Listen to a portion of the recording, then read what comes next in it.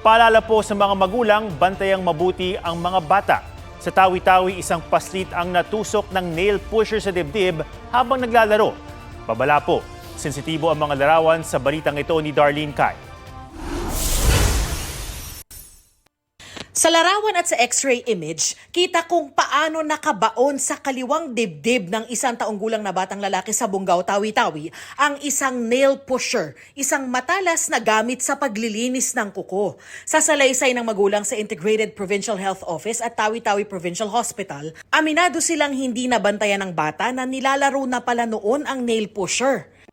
Accidentally, ang nangyari po, natumba yung bata and then tusok po yung left chest niya at saka nadala dito sa hospital. Mabuti na ang lagay ng bata matapos maoperahan. Ayon sa Department of Health, malaking tulong na maging maalam sa first aid lalo sa cuts at puncture wounds. Panatilihing malinis ang palibot ng sugat, takpan ito ng malinis na tela. Kung may nakatusok, huwag itong basta tatanggalin. Kung dumudugo, i-elevate o iangat ito at lagyan ng pressure para makontrol ang pagdurugo.